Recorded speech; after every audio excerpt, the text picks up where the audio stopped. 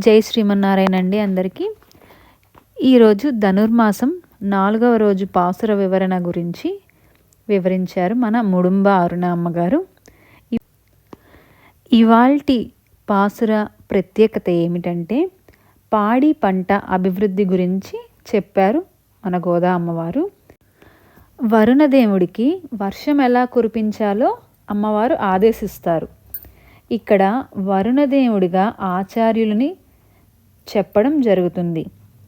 అంటే ఈ పాసురంగా పూలవాన కురిపిస్తూ పెరుమాళ్ అనుగ్రహం మన మీద వర్షించాలని ప్రార్థిస్తూ ఈ క్రియని చేయించి మనకి కళ్ళకి కట్టినట్టుగా చూపించారు. మరో విషయం ఏంటంటే ఈ కార్యక్రమాన్ని టీటీడీ వారు ఆళ్వార్ దివ్య ప్రబంధ ప్రాజెక్ట్ వారి సౌజన్యంతో మన జగ్గయ్యపేటలోని పెద్ద రామాలయంలో జరిపిస్తున్నారు.